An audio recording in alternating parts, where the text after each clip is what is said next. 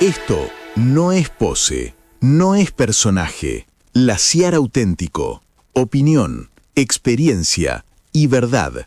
Con Claudio Laciar. Laciar auténtico. Cuando habla, habla en serio.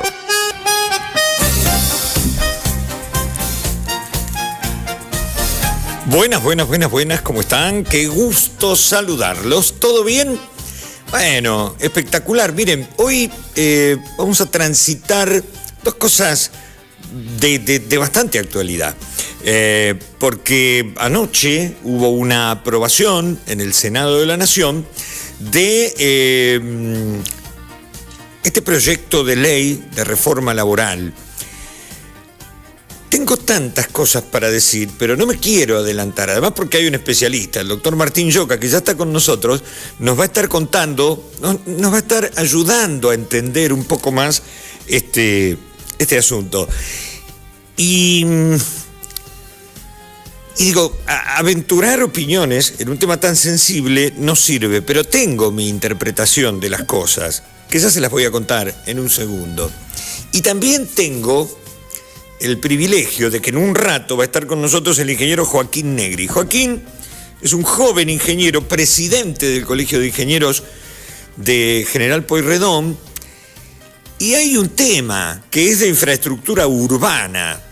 Digo, yo sé, aprendí, no es que supiera, que viviendo a 3 cuadras de la costa, como viví durante 27 años, el mantenimiento de mi casa, de las rejas exteriores de mi casa, de las partes metálicas, que podría ser, no sé, el techo, una chimenea, iban a requerir de un mantenimiento específico, porque aún viviendo a 3 cuadras de la costa, el ambiente marítimo deja como una costra, primero una humedad casi constante, que se va pegando por encima de los elementos metálicos y termina por horadar el hierro, pero lo lastima y mucho. Es decir, una reja nueva, en el término de 5 o 6 años, termina por degradarse.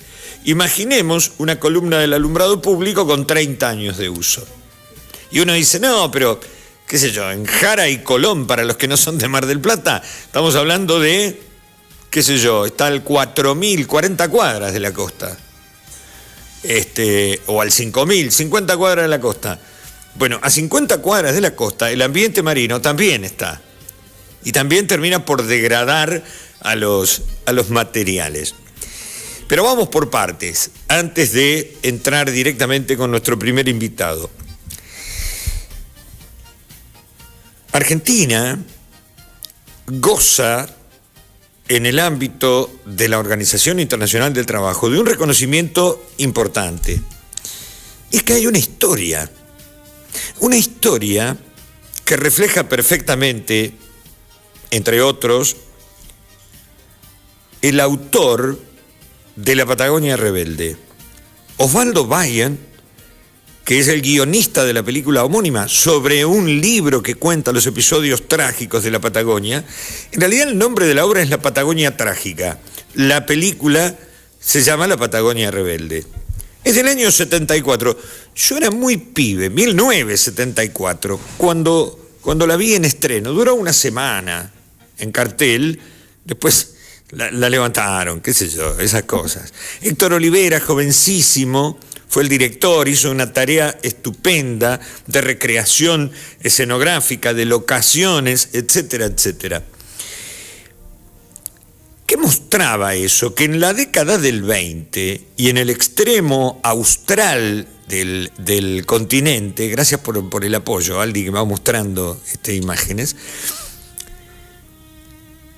los empresarios hoteleros no acordaban la retribución salarial con sus trabajadores, pero a su vez los trabajadores de las estancias eran sometidos a un trato manifiestamente injusto, por cierto, y arbitrariamente dictatorial, por decirlo de alguna manera. Cuando ello ocurría, era presidente de la República el doctor Hipólito Yrigoyen, un hombre del radicalismo, la Revolución del Parque, a la sazón sobrino de Leandro Nicéforo Alem, aquel que dijo que se rompa pero que no se doble por las convicciones de la Unión Cívica Radical. Mucha agua corrió bajo los puentes, como siempre digo. Mirá lo que son las escenas del rodaje en escenarios naturales de la Patagonia Rebelde. Federico Lupi haciendo a Facón Grande, un trabajador de las estancias, Pepe Soriano, Luis Brandoni, Héctor Alterio, chicos, en el papel del coronel que mandan desde Presidencia de la Nación a reprimir a los laburantes, yo le agarré un fastidio a Alterio en ese momento. Y para colmo de males, después hace la historia oficial, otro malo. Resulta que en la primera película que la Argentina participa de los premios Oscar para película en lengua no inglesa, hace un papel extraordinario y es un dulce. Alterio, que se murió hace poquito, con 96 pirulos. Empezó a los 41 años a actuar. Mirá vos, qué capo. Bueno, hay que verla. ¿Por qué? Porque lo que está en juego es todo eso. Estamos hablando de un siglo de legislación laboral que yo entiendo y acepto y comparto el criterio de que hay que ayornar un montón de cosas, sí. Que hay que actualizar reglamentaciones porque no es lo mismo, qué sé yo, supongamos un tipo que maneja un tren.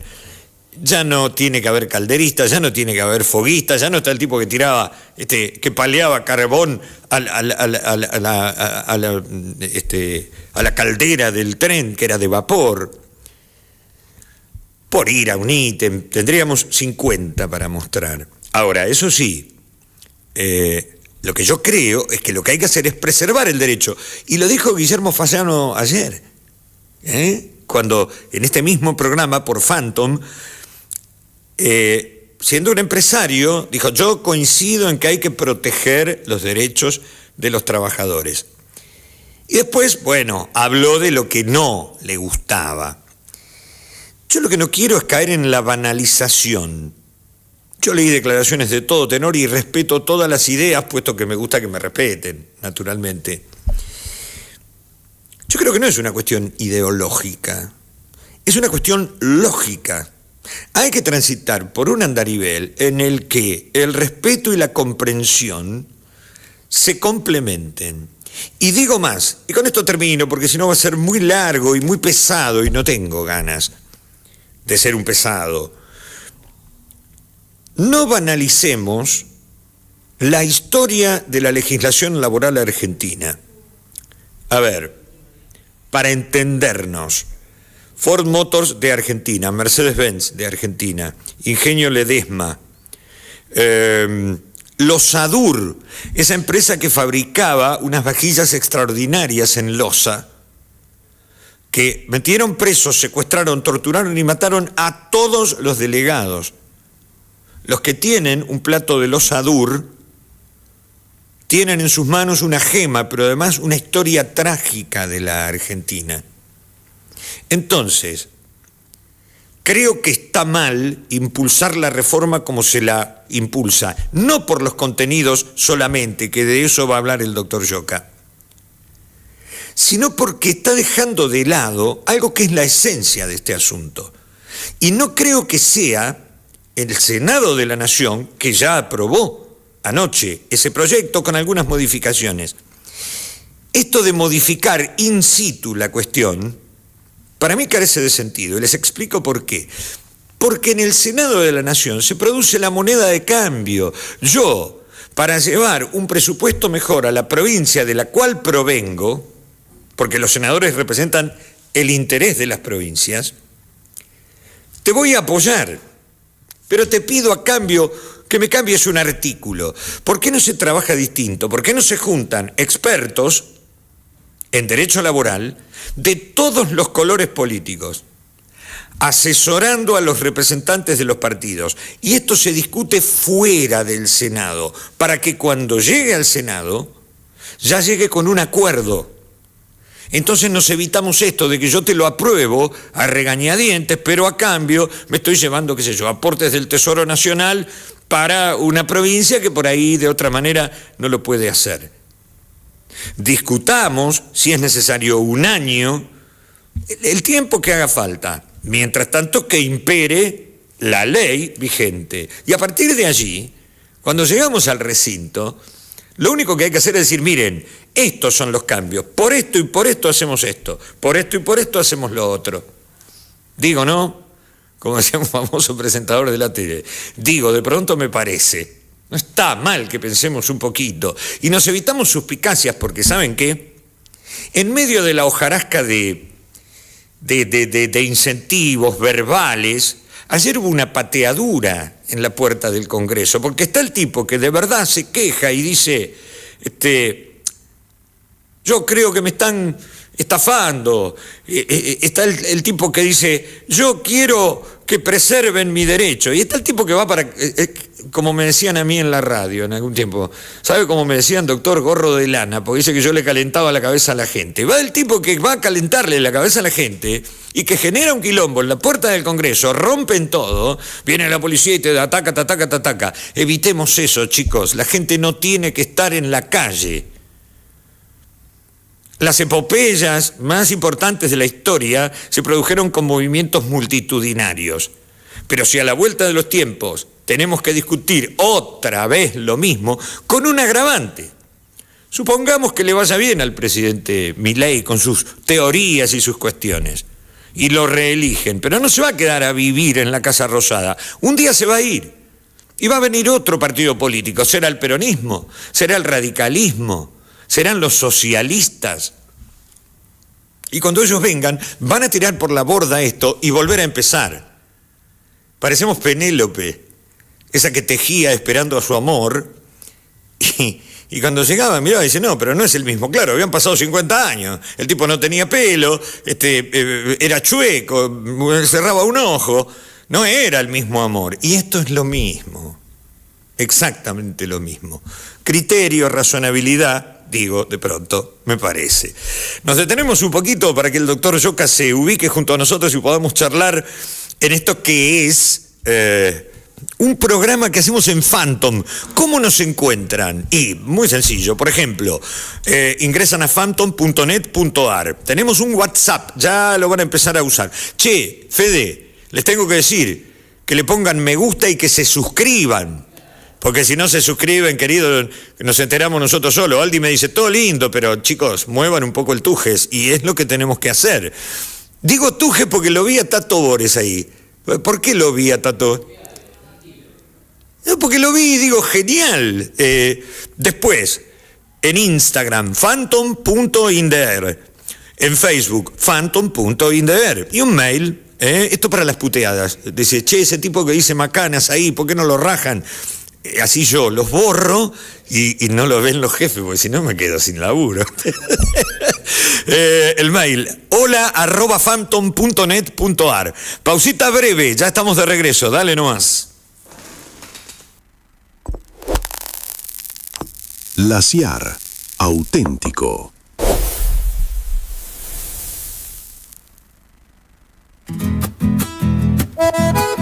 Parrilla Asador Criollo La Tranquera. Más de 30 años marcando el inicio de una tradición. Somos uno de los lugares clásicos de la costa atlántica, ubicados en Mar del Plata, sobre Avenida Constitución 6576. Especialistas en carnes argentinas, calidad, experiencia y sabor de verdad. La Tranquera. Parrilla Asador Criollo.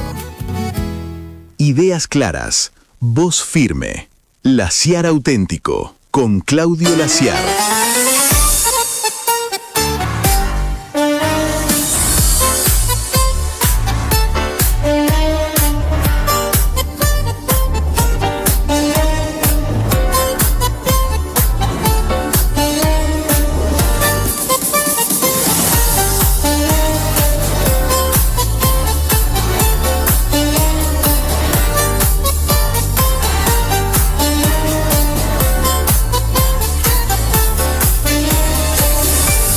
Bueno, ya regresamos.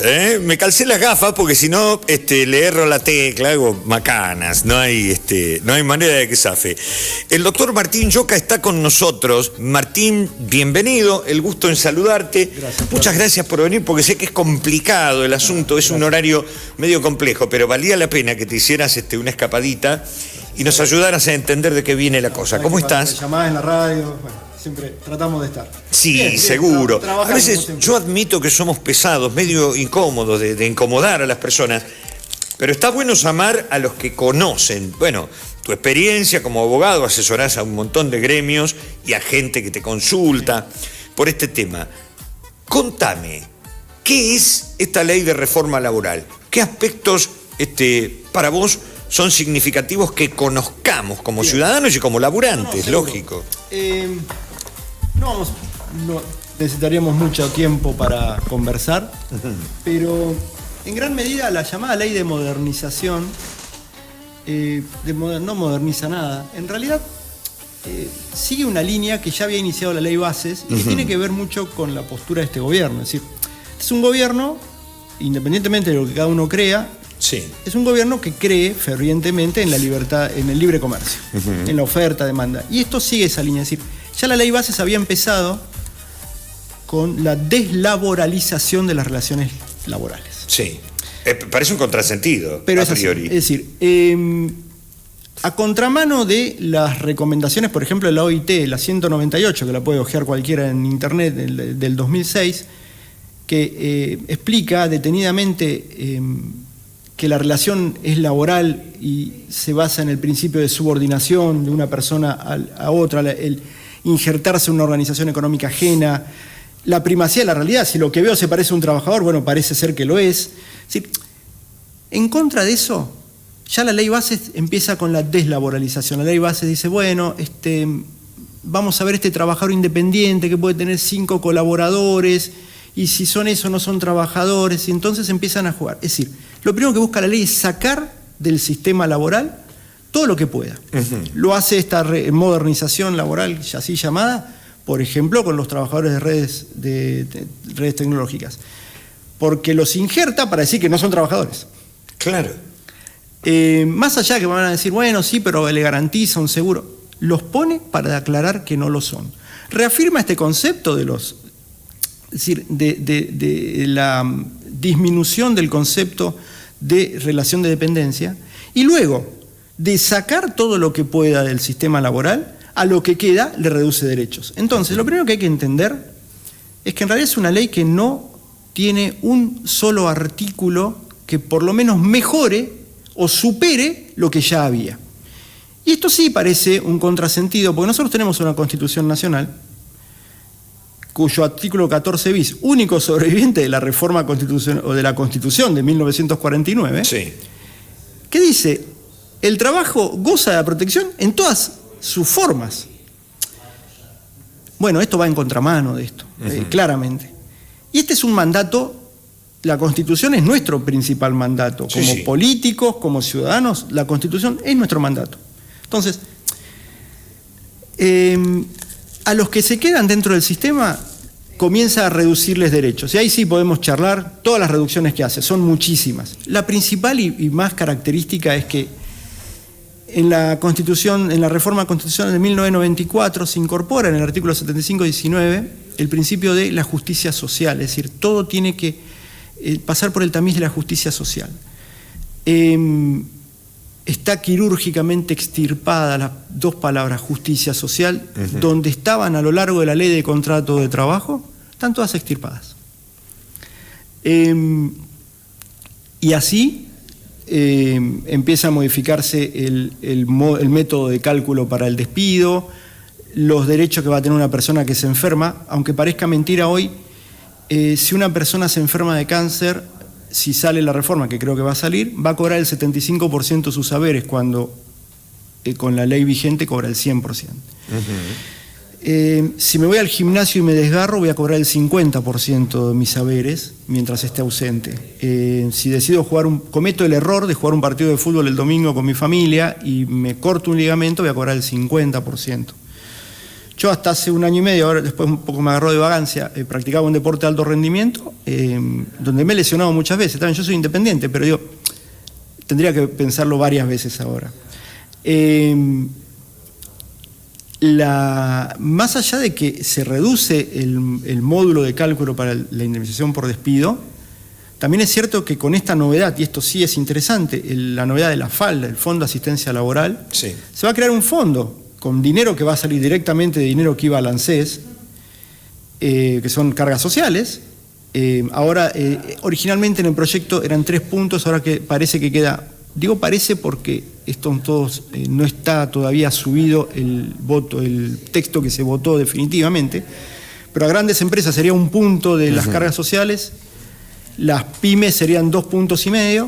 De ese dinero se genera un fondo que es administrado por entidades financieras, como lo era el fondo de las AFJP, sí, y de ese fondo se van a pagar las indemnizaciones. Entonces, ojo, porque se va a hacer fácil despedir, porque ya el empleador no va a pagar las indemnizaciones. En el último momento lo va a pagar el fondo, y el fondo se constituye con dinero que sale de cargas sociales que debieron ir al ANSES. Entonces vamos a tener, yo no soy economista, pero digo, si ese dinero es el que contribuye a aumentar o no una jubilación futura, porque siempre estamos con el problema de las pirámides invertidas, sí, de aportantes, bueno, encima le estamos sacando más dinero. Además tengo la preocupación, Martín, el doctor Martín Lloca nos está acompañando y tiene el conocimiento suficiente para orientarnos. Mi preocupación es aún mayor, porque si bien me preocupa el trabajador en actividad, ya hoy, con la actual ley, con la ley de contrato de trabajo, con como estamos hoy, sin que haya ninguna reforma, un porcentaje cercano al 60% de la población económicamente activa está fuera del sistema. No tiene, no está laburando en blanco, no tiene resguardo social, no tiene resguardo de salud, no tiene vacaciones pagas, no tiene medio aguinaldo. Entonces digo, ya esto, una reforma sería, ¿cómo hacemos para tratar de incorporar, si bien no se puede a todos de un viaje, a la mayor cantidad de personas posibles a que ingresen al sistema vigente? Esto lo que va a hacer, si se aprueba, y el Senado ya doy yo medio paso, y vos me dabas tu intuición de que se va a aprobar, va a dejar más gente fuera del sistema, y mi pregunta es, ¿y quién se va a jubilar en la Argentina? Si es que no se cambia este sistema solidario, que hasta hoy está siendo solidario, pero bastante tacaño, como lo es como con el trabajador en actividad, ¿no? Por eso te decía al principio, ¿no? Digo, la ley responde, el sistema, la propuesta responde a una idea que, bueno, a ver, el presidente en esto no puedo criticarlo, él ha sido siempre coherente, él siempre ha predicado el anarquismo, el anarcocapitalismo, sí, el maximizar el concepto de la libertad de mercado. Estos son los resultados, así que lo otro serán futuras, si él profundiza su mandato, continúa, contiene más apoyo en el Congreso, obviamente va a ser parte de futuras reformas. Tu pregunta es lógica. A la primera pregunta que vos hacías, por eso te hablé de la deslaboralización, porque no hay que dejarse llevar por la simpatía que uno puede tener o no con el gobierno actual, sino que más allá de la simpatía están las realidades. Si yo digo que la ley bases, tenía 2 elementos, la deslaboralización en parte, y desapareció, es decir, derogó las multas que tenía el trabajo no registrado, que era una manera de disuadir, por lo menos. Hoy desaparece eso, ya no están esas multas. Ya el trabajador de redes sociales, ya no, sabemos que no va a ser trabajo. Es decir, lo único que estamos incrementando es la marginalidad. Exacto. Me dirás, son monotributistas, está bien, pero eran trabajadores, no lo son, o no lo sabemos, y no lo van a hacer nunca porque ahora van a ser monotributistas. Y el monotributo es más difícil todavía de controlar. Entonces, ahí hay una idea concreta de vaciar, como te dije al principio, el contenido de lo que vamos a entender por trabajador en relación de dependencia. Y de esa manera, por supuesto que la persona que paga un monotributo, que obviamente paga las categorías más bajas, sí, impacta en jubilaciones más bajas también. Y nada, y después, bueno, habrá que ver también el segundo parto, porque hay una parte de la reforma que es interesante conceptualizarla, que es lo que va a la negociación colectiva. Sí. Claramente, ahora la reforma agrega en la parte de homologación, por ejemplo, los convenios colectivos o los acuerdos salariales, las llamadas paritarias, subordina también la posibilidad de homologarlo o no al interés general. ¿Qué es esto? Cuando yo empecé la carrera, el titular de Derecho del Trabajo era el querido profesor Luis Pablo Slavi. Sí. Recordado profesor. Sí, claro. Siempre en la primera clase conversaba de dos temas. ¿Por qué la ley laboral era favorable al trabajador? ¿Y qué teníamos que privilegiar? ¿El interés público económico o el interés público laboral? Bueno, esta ley zanja las dudas que podíamos tener hace 30 y pico de años atrás cuando empezamos a cursar Derecho al Trabajo. Claramente el sistema que propone el gobierno subordina el interés laboral, social, al interés público económico. Y todo el eje, cuando uno lee el proyecto de reforma, lo que se aprobó, va en ese sentido. Y se tiene que entender en ese sentido que queda subordinado cualquier interés social al interés económico. Como vos bien decías, Argentina ha sido históricamente reconocido en la OIT como un país que ha defendido los derechos sociales. Sí. Y ha crecido. Y ha sido vanguardista en ese sentido. Vanguardista, ha crecido la Constitución del 94, la incorporación de los tratados de derechos humanos. Bueno, el principio de progresividad. Obviamente no podemos hablar de progresividad con esta norma de modernización. No moderniza nada. Martín, y hay dos cosas que también forman parte de mi caudal de desconocimiento, pero a su vez de inquietudes, pero de inquietudes latentes. No estoy hablando de abstracciones. Por ejemplo, hay un tema del que no se habla. Y no es mi caso, yo soy un trabajador independiente, pacto mi retribución con mis contratantes y nos ponemos de acuerdo o no, y cuando hace falta nos volvemos a sentar. Hablo del trabajador común, del que tiene que hacer un determinado horario que marca una ficha, de los procesos productivos industriales, etcétera, etcétera. Primero, la retribución es magra en la República Argentina para cualquier trabajador. Tema que no se habla. De esto no se parla, dicen por allí, no hablan. El otro tema, porque ayer, por ejemplo, hubo una emancipación de la policía de la provincia de Santa Fe, con una problemática tremenda en materia de seguridad, especialmente en Rosario y Gran Rosario, y sale Maximiliano Puyaro, el gobernador, y dice, no, la policía tiene razón. Lo que exigen es justo. Entonces dice, yo garantizo que ningún policía va a ganar menos de 1.490.000 pesos. Bueno, estaban ganando 1.050.000. Ahora, ese importe al cambio vigente hoy día son $1.000. $1.000 en cualquier país del mundo, un trabajador se las rebusca. La Argentina está más cara en dólares. Tenemos un amigo que acaba de venir de España a pasarse un tiempito con su familia y si ustedes no se dan cuenta, pero les están rompiendo en dólares. Entonces digo, son muchas cosas, Martín, que sumado a este cambio, primero, al diablo la seguridad jurídica.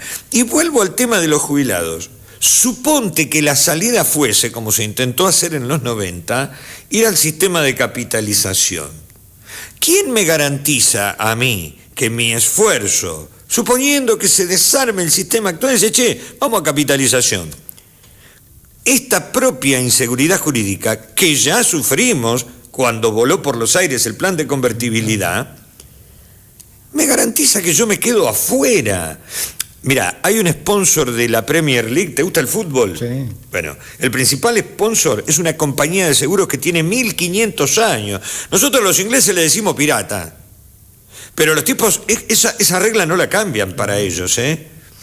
Y cuando hablamos de liberalismo, el liberalismo es una cosa. Adam Smith no renegaba de la productividad. Adam Smith no decía cerremos industrias, ¿eh? Digo esto porque venían de la revolución industrial. Martín, ayúdame, y con esto te agradezco infinitamente que hayas venido, porque además miro hacia adelante y digo, cuando el periodo del presidente Milei se cumpla, sea cuando sea, si se lo reelige tendrá otro periodo o no. Si me preguntás a mí, yo no quiero, pero yo no quiero, hay gente que a lo mejor sí. Y va a venir otro y vamos a volver atrás. Entonces estamos con ese síndrome de Penélope que yo contaba antes de que pasaras a compartir con nosotros esto. ¿Cómo salimos de este asunto? ¿Es posible lograr un criterio que ayorne lo que haya que ayornar, preserve los intereses. Nadie tiene que pagar una fiesta que no consumió. Pero parece ser que en la Argentina esto es una química. Nos falta, nosotros somos, como vos bien dijiste o insinuaste, un país pendular. Pendulamos en nuestros regímenes, pero ahora las reformas que se proponen en algún punto son profundas, porque tienen un contexto ideológico que no va a ser fácil, digamos, darle marcha atrás, si es que alguna vez alguien lo quiere hacer. Pero de todo modo, para mí el error es que, sobre todo estas reformas, no crecen de abajo hacia arriba, no son producto del debate social. Acá hay un texto impuesto, claro. Esto se vota así, y puedo negociar un párrafo más, un párrafo menos, un tiempo más de cuota o un tiempo menos, pero no es parte de un proceso de debate desde las bases hacia arriba. Porque yo tampoco creo, sinceramente lo digo, pero por ejemplo, vos sabés que yo trabajo acá con el sindicato de pescadores. Yo no creo que, por ejemplo, tanto anarquismo o tanta libertad tampoco le convenga al empresario. El empresario también tiene que saber con quién negocia. Seguro. Está acostumbrado a hacerlo. Sobre todo en un sistema, por ejemplo, en la pesca tan regional como es el marplatense, donde los actores se conocen todos. Y yo lo he escuchado, por ejemplo, a Pablo Trueba decir, cuando se ha peleado con las cámaras o representantes de cámaras del sur, dice: ustedes no tienen nada que ver con los nuestros, con los marplatenses, porque nosotros los conocemos, son gente que patea el puerto. Respetando, hablando bien de los empresarios marplatenses, yo no creo que a ese empresario le sirva tampoco un desorden, porque no creo que tampoco esté convencido ni le convenga creer que va a negociar mano a mano con el trabajador, porque es a eso lo que se refería en aquella primera clase Luis Slavin. ¿Puede el trabajador negociar mano a mano con su empleador? No puede, está en una posición desventajosa, pero además hasta le faltan argumentos, porque por algo hay una estructura jurídica. La idea de mi ley te lleva a pensar, a tener que decir que ellos sí creen que eso puede ser. Por Martín, eso te proponen fraccionar las vacaciones, etc. Primero, mira, quiero que compartamos, ahí me dicen los chicos, esto que es Tato Bores. Lo de Tato Bores parece puesto... Toma, ponete auriculares. Es de actualidad total. Es de actualidad, parece hecho hoy a la mañana. A ver, mostranos. Vamos, Tato, por favor. Quiero decir, piensan ustedes. Y ahora les ofrezco una solución, ya sé. Ir caminando a Luján, dijo uno, no.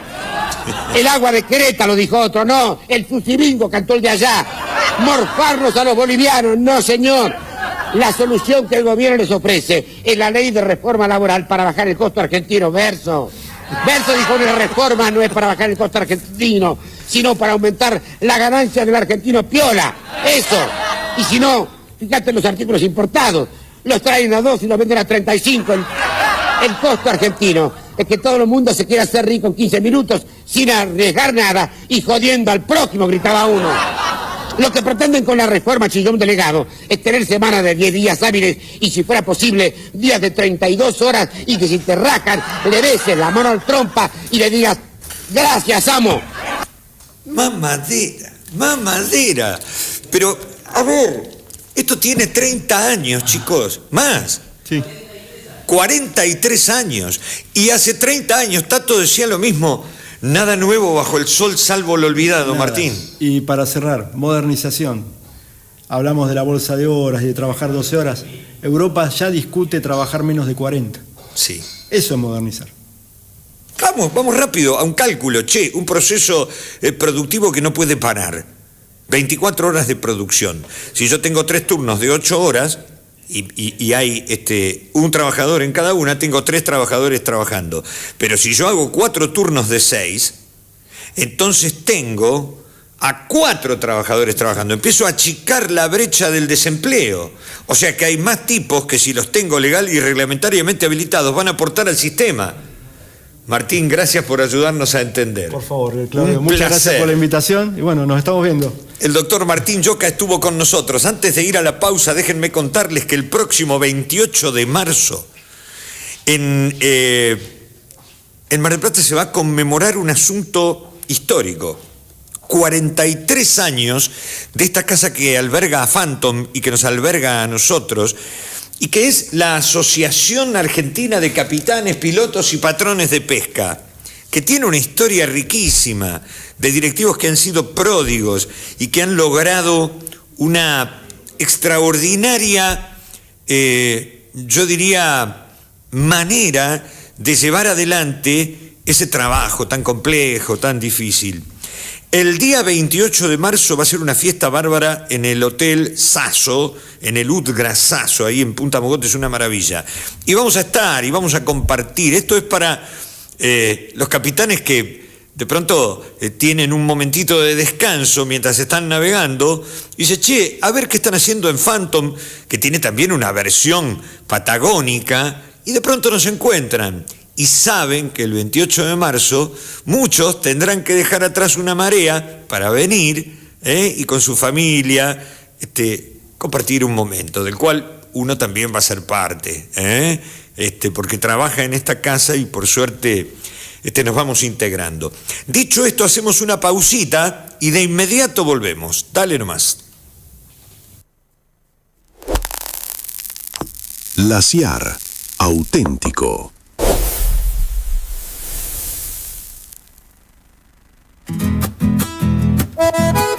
Parrilla Asador Criollo La Tranquera. Más de 30 años marcando el inicio de una tradición. Somos uno de los lugares clásicos de la costa atlántica, ubicados en Mar del Plata, sobre Avenida Constitución 6576. Especialistas en carnes argentinas, calidad, experiencia y sabor de verdad. La Tranquera. Parrilla Asador Criollo. Podés estar de acuerdo o no, pero es auténtico. La CIAR auténtico.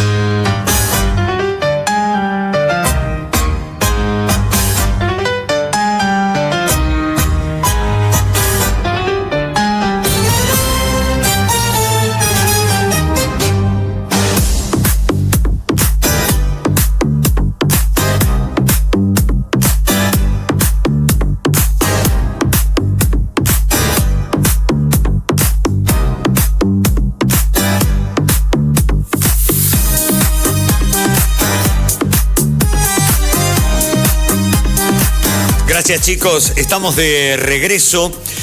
Recuerden, cómo ubicarnos, phantom.net.ar, en Instagram, phantom.indeer y en Facebook, phantom.indeer. Hay un mail, si nos quieren dejar sugerencias, correcciones, lo que sea, es hola@phantom.net.ar. Nos pueden ver por Twitch y en YouTube. Después todos esos datos que yo estoy aprendiendo, porque tampoco es que nada, si no fuera por Aldi, por Cami, por Federico, yo toco de oído. Este es el tema. Che, me voy a poner cómodo yo, porque lo veo a Joaquín, al ingeniero Joaquín Negri, que está en remera, y digo, para un poquito, yo también. Joaquín, qué placer, bienvenido. Te hicimos correr un poco. Primero me disculpo por eso, pero no sabes cuánto te agradezco. Joaquín Negri es ingeniero de profesión y es el presidente del Colegio de Ingenieros Distrital. Así es, Claudio, gracias a vos por el espacio. Para mí es un orgullo representar siempre a los ingenieros, del Colegio de Ingenieros, todos los matriculados. Esto es algo que uno hace con mucha vocación, con mucho gusto, con mucha pasión. Así como hace ingeniería, uno también hace gestión y, bueno, lograr lo mejor para la sociedad y para los matriculados es nuestro mayor objetivo de este Consejo Directivo que está momentáneamente gobernando el Colegio de Ingenieros. Es que hace poquito, en una celebración muy linda que tuvo el colegio, en las postrimerías del calendario del año pasado, y que fui convocado y nada, me sentí muy orgulloso de eso, se distinguió a un tremendo profesional de la ingeniería, pero además es una persona que quiero mucho, que es el ingeniero Mario Del Olio. Fue un momento muy, pero muy emotivo. Y una cosa que me llamó poderosamente la atención, durante el momento en que Mario agradece, porque todos los matriculados, los nuevos, los que comenzaban su carrera allí ya una vez recibidos, los saludaron. Entonces Mario tuvo palabras muy emotivas. Entre ellas, una que me llamó la atención. Dice, nos harían falta, y no me acuerdo exactamente la cifra, pero cuando dijo que eran varios miles, dice, nos harían falta miles de ingenieros más. ¿Qué pasa con las ciencias duras? ¿Qué pasa con la carrera? ¿Es una cuestión de vocación? Nos estamos olvidando, porque detrás de todo proceso productivo, constructivo, de avance tecnológico, hay ingenieros.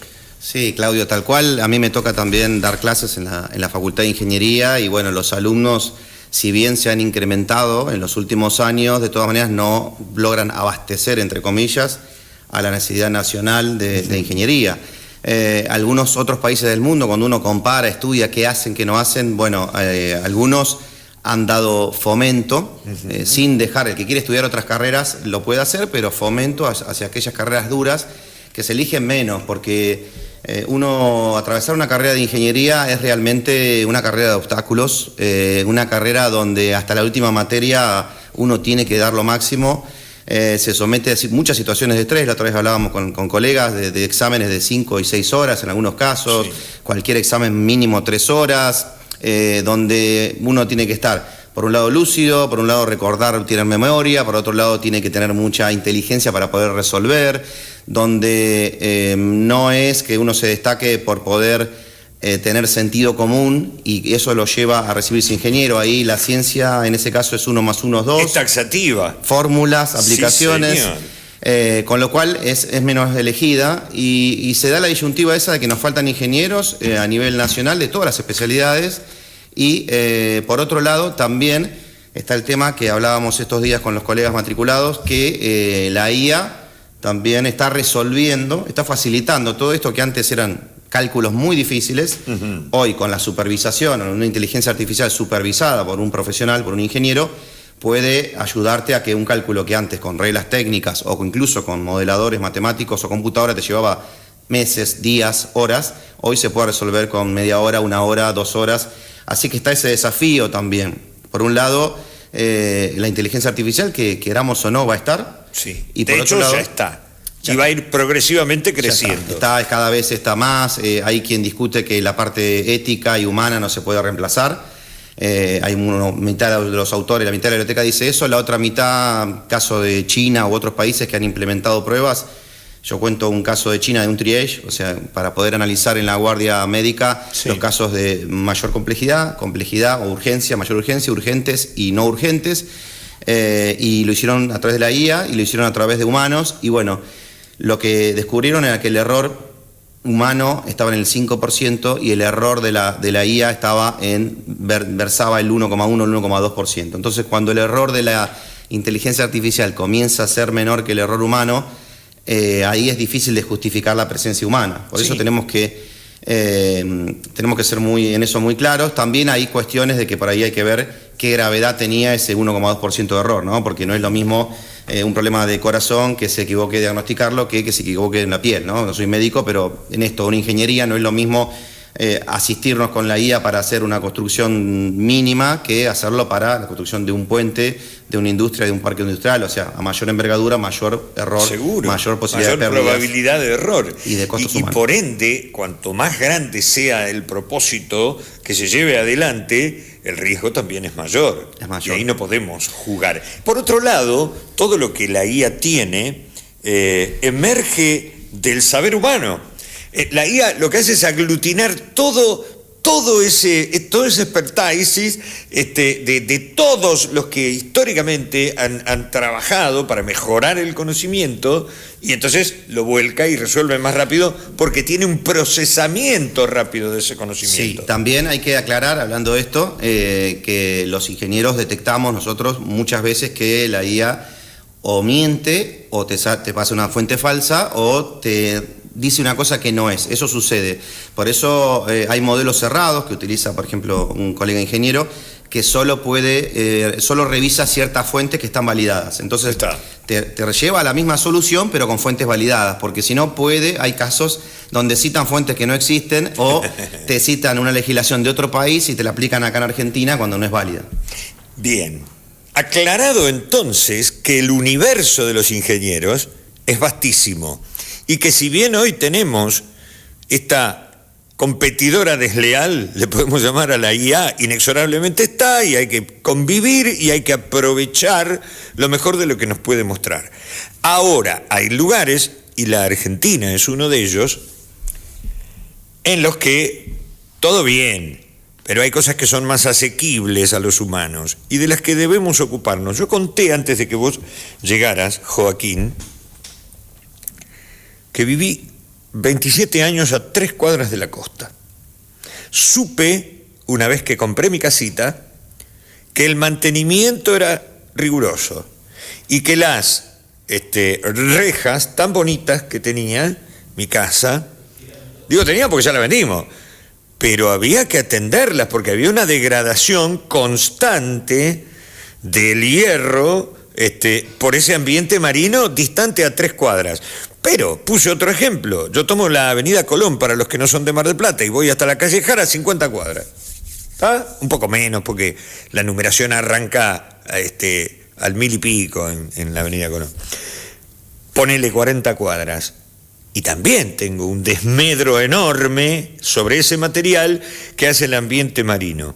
Si yo descuido eso, mi casa va a comenzar a decrecer en su valor y va a presentar un aspecto poco fértil, poco atractivo. Entonces, con todo el dolor del alma, un fin de semana al año, el tipo cazaba una lijita, ¿viste? Jugaba con los chicos y le decía, vengan, ayúdenme, y entonces dábamos una pátina de protector y la volvíamos a pintar. Después apareció una cosa que parecía mágica por aquel tiempo, que era el protector y el color juntos. Ahora, si yo no lo hacía, tenía problemas. En el sistema público, estoy pensando columnas de alumbrado, semáforos, paradas de colectivo, cartelitos que indican la dirección de la calle. Habrá que tener cuidado, Joaquín. Mira, lo mencionaste como un proceso y lo que sucede, y los ingenieros estudiamos, sobre todo las especialidades que se dedican a los materiales, ingenieros en materiales, los civiles, los mecánicos, los industriales que nos ocupamos de gestión del mantenimiento, es el fenómeno de la corrosión. Sí, claro. Nosotros acá, lo digo siempre, cerca del Gada, en un momento hubo unos chasis y carrocería para probar la corrosión acá en ambientes marinos del CITEFA, el Complejo Industrial Tecnológico de las Fuerzas Armadas. Y se está estudiando continuamente porque realmente la ingeniería está sacando nuevos materiales, como vos decís, 3 en 1, convertidor, antióxido y capa de color. Tenemos poliuretanos, tenemos epoxis, tenemos muchos nuevos materiales, pero aún así el mar es un ambiente muy agresivo, muy corrosivo. Y hoy con abertura, por ejemplo, de aluminio, se produce también algún tipo de sulfatación y de degradación, que no sería corrosión, sino sulfatación, y también lleva un mantenimiento. Lo único que realmente se ve muy poco afectado es lo que es PVC o lo que es, por ejemplo, PRFB, que es polietileno reforzado con fibra de vidrio, o sea, materiales poliméricos, que es el nombre técnico de los plásticos, que no se ven afectados por la corrosión. Y eso es lo que idealmente tendríamos que ir cambiando y reemplazando hacia materiales de ese tipo.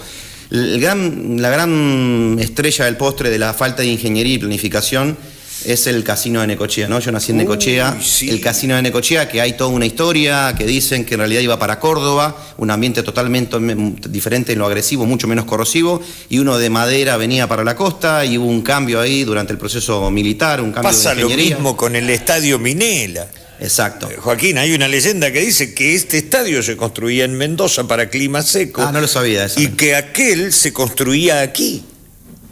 Porque si uno va, y seguramente has pasado por el Minela, hemos charlado inclusive, el deterioro de todos los materiales ferrosos es tremendo, porque además la municipalidad en su presupuesto anual, y no podía destinar mucho, a veces nada, hoy nada, porque además está concesionado ahora, hay algunos tiras y aflojes, pero digo, parece increíble, ¿no? Sí, tal cual. Y bueno, otra cosa que es importante aclarar, Claudio, es Mar del Plata equivale en población, en PBI, en cuestiones de industria, de turismo, de eventos deportivos, de lo que son las temporadas, a muchas provincias pequeñas de nuestro país. Y gestionar y gobernar esta ciudad requiere de muchos fondos, requiere de mucha ingeniería, por eso nosotros insistimos con que la ingeniería se aplique y se tengan todos los lugares, espacios necesarios, como son mantenimiento edilicio, mantenimiento de espacio público, del mobiliario urbano, la planificación estratégica, los planes de a futuro, de turismo, de industria, de localización, de defensa costera. Hay ingenieros, colegas matriculados míos que se dedican al estudio de la erosión costera. Sí. Estamos avanzados en lo que es tratamiento de efluentes y agua con respecto al resto del país. Mi corazoncito está un poquito venoso, pero es una verdad, los datos lo dan, los números lo dan. Está bien que te sientas orgulloso. El emisario marino más extenso del país y uno de los más extensos de Latinoamérica está al lado de Mar del Plata. Después hay otros emisarios, pero son fluviales, o sea, por río. Y en eso tenemos que ser orgullosos porque es una perla. Y en otras cuestiones estamos más atrasados, pero eso nos marca un faro de que se puede, o sea, se puede, con proyectos y con ingeniería se puede. Después los fondos muchas veces vienen no nos metemos con eso los ingenieros, pero pueden venir de financiamiento internacional, del BID, como vinieron en aquella época con la estación y el emisario y la terminal ferroautomotora, pueden venir de fondos nacionales o pueden venir ahora de lo privado, para formar consorcios públicos-privados. En este momento se está construyendo en el sur de la ciudad un colector cloacal con esa modalidad, o sea, la financian los privados, los desarrolladores, y eso va a brindar servicio a barrios que no tienen el poder adquisitivo para poder resolver esas obras. Entonces también se puede hacer un mix, ¿por qué no?, de que el privado genere una plusvalía en sus propiedades, pero a su vez aporte a la sociedad a través de la entrega de agua de una cañería o el desagüe cloacal o el desagüe pluvial. Servicios básicos. Yo no digo, Joaquín, que tengamos que tener en cada área específica de la municipalidad un profesional de la ingeniería, un profesional de la arquitectura, un profesional contable. Lo que digo sí es, si yo tengo a mi disposición, digo como responsable político, y no de este gobierno, de todos, algunos han tenido más, digamos, empatía y han preguntado más, y otros no preguntan, por decirlo de algún modo. Voy a esto. Si yo tengo la factibilidad de llegar, no sé, al colegio de ingenieros y che, tengo este problema, ¿cómo lo puedo resolver? Y te lo dan. Usémoslo, porque detrás de todo esto y en la cosa pública, lo que hay es un enorme riesgo. Mira, yo suelo salir a pedalear todos los fines de semana, porque a mi edad, Joaquín, yo ya no estoy para otras cuestiones, ¿viste? Agarro la bici y salgo. Una mañana de mucho viento, veo que un semáforo en la costa, avenida Félix Ucamé, 2 o 3 cuadras más hacia Parque Camé que de la avenida Estrada. Y giraba, el semáforo hacía esto, giraba. Y yo digo, si este tuviese la base corroída, es probable que en ese giro se parta y caiga. A veces quisiera no tener esa imaginación, porque a la semana siguiente estaba caído. Claro. Y ha pasado en 3 o 4 lugares. Que no transcurran, no sé, supongo que hay un cálculo para determinar cuánto tiempo de vida útil tiene un material expuesto a condiciones rigurosas, a que si estuviera en La Rioja y tiene otro tipo de afectaciones. Mira, Claudio, yo muchas veces digo que está todo estudiado, o sea, no hay mucho que inventar. Tenemos que seguir inventando y seguir investigando y desarrollando, pero hay cuestiones que copiar de los que hacen las cosas bien. Hay muchos estudios sobre materiales de científicos argentinos e incluso del exterior, con la vida útil que tienen estos materiales, también con estadísticamente la probabilidad de que se caigan. Hay instrumental como un medidor de espesores donde nos permite, porque muchas veces, y ahora hay una noticia, justo yo lo mencioné en otro medio, y hay una noticia de lamentablemente fallecimiento de un niño de 12 años porque se cayó un arco de fútbol. Ahí estamos viendo algunas imágenes de cosas que han pasado ahora, hace poquito. Sí, no es la primera vez que se cae, por ejemplo, un arco de fútbol. Por fuera se ve perfecto, o sea, vos ves la foto, como tiene muchas manos de pintura, entonces se ve perfecto, pero adentro la corrosión es algo que va por dentro, ¿no? Como muchas cosas que suceden con lo humano que van por dentro, la procesión va por dentro, ahí también.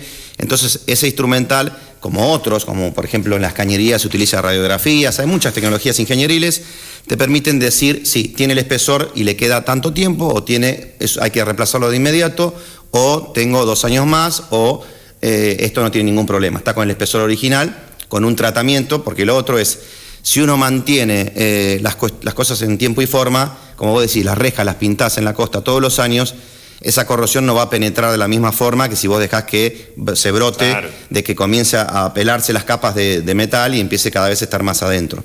Hoy hay incluso, Claudio, materiales, no voy a decir la marca, europeos, que hace poquito estuve en una capacitación, que ingresan, por ejemplo, a la rajadura de un dique o de un puente, ingresan, se tapan ahí para que no ingrese, para que no pase precisamente oxígeno, no se produzca el fenómeno de corrosión. Si se produce, lo encapsulan. Y no solo eso, sino que ese material, si se llega a rajar después, años después o tiempo después, en otro lado, ese hormigón y está preparado con ese material, que viene de ahí, de algunos polímeros y algunas cuestiones patentadas que no dicen, automáticamente sale como a defender. Es como tener el perro guardián en la casa. Sí. Sale y ante el oxígeno querer entrar, que es uno de los elementos que producen la corrosión, el oxígeno junto con el hierro en esa reacción, entonces lo que hace es a ponerle una barrera, o sea que se mantiene activo dicen, hasta 50 años.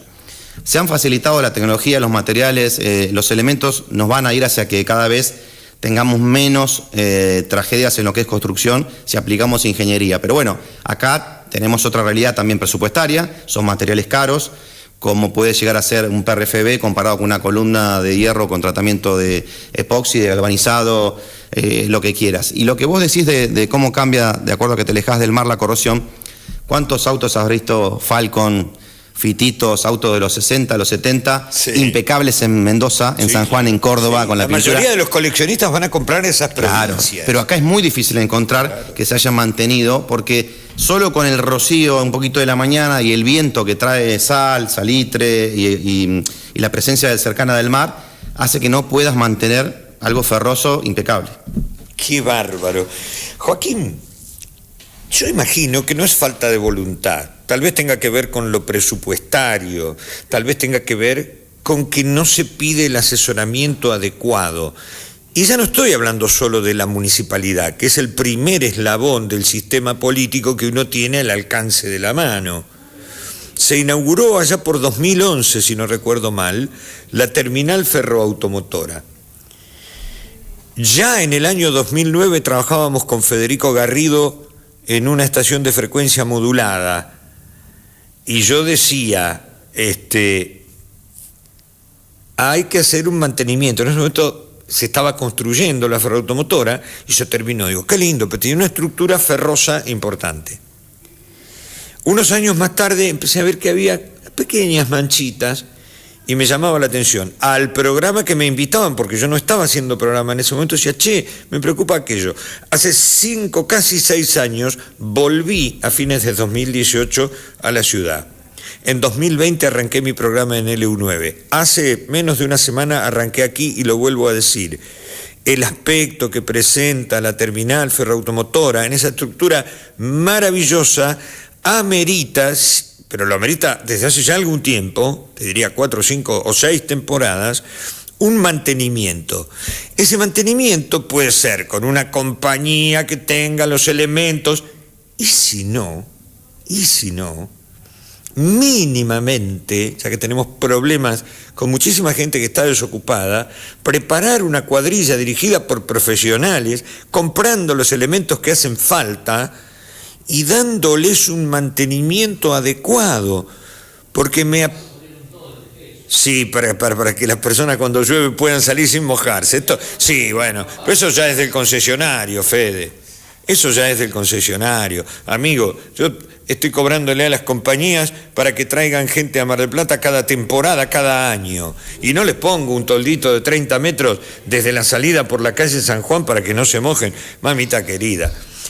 Pero el mantenimiento de lo que es la ferroautomotora, Joaquín, estoy diciendo una pavada si digo que ponemos 30 personas a trabajar y que por lo menos, no sé, dotándolos de un equipamiento adecuado, le den, no sé si el proceso es así, pero suponiendo que se pueda hacer un arenado, una capa protectora y que alargue la vida útil de esas torres. Sí, Claudio, no me quiero atrever a decirte un número ni un tiempo. Nosotros los ingenieros somos muy cautos y hacemos los cálculos con los diagramas de Gantt para saber los tiempos, los cuellos de botella, los caminos críticos, vemos los recursos, la cantidad de piezas por hora que se puede producir, estudiamos los métodos y los tiempos en la industria, en la construcción, pero sí se podría hacer, como vos decís, y es necesario hacerlo. Después habrá que ver la parte legal, si corresponde al concesionario el mantenimiento o corresponde a la provincia. No, yo creo que lo estructural tal vez pertenezca a la nación, que es el sistema ferroviario, o a la nación y a la provincia. Sí. Lo que yo decía del concesionario es ese toldito, que como concesionario es un mimo que vos le haces a la gente y que nunca se hizo. Sí. Bueno, eso va también en la parte humana, ¿no? Yo siempre digo que los ingenieros podemos ser, o los profesionales en general, excelentes profesionales, pero si no sos buena persona, no sos un excelente profesional. O sea, primero tenés que ser buen ser humano, excelente ser humano, y después el título te da el título, la expertise y la experiencia te dan lo de ser un buen profesional. Pero sin ese combo no sirve de nada. Y creo que en todas las profesiones es lo mismo. Seguro. Podés ser un excelente periodista, muy inteligente, muy ágil, pero después sos mala persona. Pero claro, hace falta tener... Y déjame decirte, explicarte desde lo ingenieril, nosotros desde la ingeniería, todas las especialidades, eléctrica, materiales, electrónica, comunicaciones, sistemas, civil, industrial, no me quiero olvidar de nada, alimentos, pensamos todo lo que hacemos con el CAPEX y el OPEX, que se dice en inglés, o desde la planificación, la construcción y la operación y mantenimiento. Nosotros cuando pensamos, cuando se diseña un auto, cuando se diseña una casa, o cuando se diseña una terminal ferroautomotora, un emisario submarino, una estación depuradora, decimos, esto lo diseñamos, lo planificamos, hay que construir esto. Se construye con ingenieros, o sea, se planifica y diseña con ingenieros,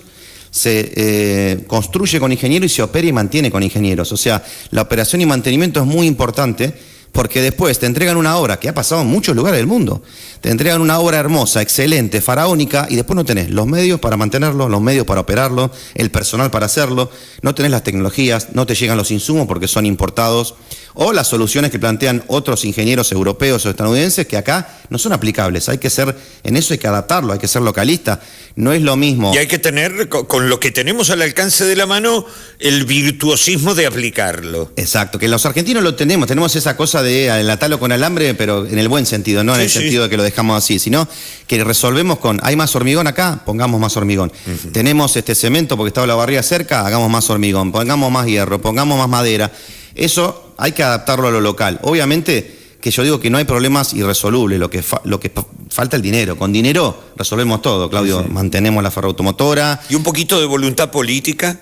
Sí, nosotros... Digo, para decir, busquemos la herramienta financiera que nos permita hacer esto. No. ¿Conocés San Francisco en California? No conozco San Francisco, no. Otra ciudad de Estados Unidos sí, pero San Francisco no. Bueno, el Golden Gate es una de las maravillas ingenieriles de la historia contemporánea. Es del siglo XX, pero es contemporáneo a nosotros. Es maravilloso porque desde portadas de discos, películas, historias, se han narrado y se han volcado y se han escrito y se han rodado filmográficamente allí. Tiene un equipo de más de 1.500 personas que todos los días del año, aún el 4 de julio, que para ellos es sagrado, están trabajando en el mantenimiento y lubricación de cables y sistemas, en la pintura, en el recambio de las partes, porque si ocurriese como aquí ocurre, si hubiese caído hace 50 años el Golden Gate, o más, y sin embargo no ocurre. La casa grande hay que cuidarla, y a veces es una cuestión presupuestaria, pero a veces también es una cuestión de decisión política. Yo lo que veo en los últimos años, y con el respeto que me merecen todas las personas, es que se supedita mucho a cuestiones de mercado, a cuestiones de ocasión, de que hoy es esto, pero hay cuestiones sustanciales. La casa grande de todos tiene que ser como mi casa, como mi departamento. Si yo no limpio la corredera de la persiana que sube y baja, se va a trabar. Si de vez en cuando no saco el taparrollos y lo limpio, los murciélagos van a anidar. Y cuando terminaste de pintar el último ambiente, el primero que pintaste requiere trabajo. Requiere otra vez empezar. Y el mantenimiento es un trabajo continuo, no se termina más, lleva mucho trabajo, como vos decís, la cantidad de personas para el mantenimiento de esa infraestructura. Y lo otro que decimos nosotros desde el Colegio de Ingenieros, nosotros somos ingenieros, aplicamos ingeniería, no tenemos, cada uno tiene su corazoncito político, pero no hacemos diferencia política. Vienen concejales de todos los partidos, vienen intendentes, en el caso del Distrito 2 que yo presido, hay 16 partidos, vienen a reunirse con nosotros, nos piden colaboración, como pasó con la tragedia del Dubrovnik, pusimos a disposición el colegio, y en cualquier caso, cuando nos vienen a presentar un proyecto de ordenanza para que lo revisemos desde lo ingenieril, porque no tienen por qué saber todo el mundo todo, ni los representantes del pueblo no tienen por qué saber de ingeniería, pero sí tenemos que tener el teléfono del que sabe, apoyarnos en instituciones como el Colegio de Ingenieros que desinteresadamente por un servicio a la comunidad le podemos poner a disposición los matriculados que tienen incumbencia en cada cosa y que saben de cada una de las ingenierías que están, como vos decís, muy explayadas, divididas, digamos, y eso no le sale nada, es cuestión de voluntad, no le cuesta nada, y nosotros trabajamos tanto para el Estado nacional, municipal, provincial, bien digo, hemos trabajado con todos los estados y con todos signos políticos diferentes, después cada uno tiene su corazoncito, pero nosotros hacemos ingeniería, no hacemos política, hacemos ingeniería, y eso también tiene que ser en los estados, en los 3 estados que tenemos, porque las políticas de Estado en Argentina son nuestra gran falencia. En un momento era la infraestructura vial y eran los trenes, después ya se pasó a dejar de lado esa política de Estado, después era la cuestión de tener agua y saneamiento para el 100% de la población, después ya se dejó esa política de Estado, y entonces pasan los gobiernos y las políticas de Estado cambian con cada gobierno, y eso no es bueno para ningún país, eso te lo puede decir cualquier gestor político. Y lo padecemos constantemente. Y lo que hizo el anterior está todo mal. Entonces, todos somos fundacionales. Claro. O sea, no, a partir de ahora, y terminamos fundiendo, no fundando al país. Joaquín, ¿estuviste cómodo? Perfecto, vos sabés que me gusta y es un orgullo representar a todos los matriculados del Colegio de Ingenieros, este espacio que nos das, y me encanta comunicar, vos lo sabés muy bien. Lo disfrutás, Lo disfruto, me gusta mucho, sí, me gusta mucho que llegar a la gente, llegar al ciudadano, poder brindarle soluciones, yo digo que eso es el mayor alegría que uno puede tener, ¿no? Después está la devolución monetaria, uno puede trabajar por tener una casa mejor, por tener algo más material, pero como me pasa cuando llevamos agua y saneamiento a un barrio o a alguien que no tenía, esa cara de felicidad, con esa salud que llegamos a un chico que ya no se va a enfermar porque toma agua, en vez de tomar agua de un charco o de un pozo que no está en condiciones, toma agua de la red, agua segura. Esa cara de ese niño, esa persona que está agradecida, eso no tiene precio, no tiene precio. A su vez, como me pongo muy contento cuando hay emprendimientos de grandes desarrollos en Mar del Plata que dan trabajo a la gente y que son grandes edificios y que posibilitan que haya ingenieros trabajando, otras profesiones, que haya obreros, yo me pongo contento por todo, o sea, porque veo que esa sociedad crece y Mar del Plata es la ciudad que amamos y que si a nosotros nos gusta vivir acá en Mar del Plata, van a venir turistas. Porque seguro. El turista va a los lugares donde el ciudadano que reside vive bien. Y donde es bien tratado y donde encuentra una estructura adecuada. Joaquín, gracias. Sé que hiciste un esfuerzo grande para venir y lo valoro inmensamente. Un cariño a todos los integrantes de la directiva del Colegio de Ingenieros. Y nada, esta es tu casa. Vení cuando quieras. Mil gracias. 1.000.000 de gracias. Muchas gracias. El ingeniero Joaquín Negri estuvo con nosotros. Gracias, Aldi. Perdón por la demora. Gracias, Fede. Mañana volvemos, por suerte, porque tenemos la posibilidad de seguir encontrándonos a través de Phantom. Después quedará colgado el programa y lo ven cuando quieran. Si tienen tiempo, si tienen ganas, lo pueden ver el fin de semana, cuando quieran. Todos los días, de 14 a 15, aquí estamos, tratando de ser auténticos por Phantom. Hasta mañana.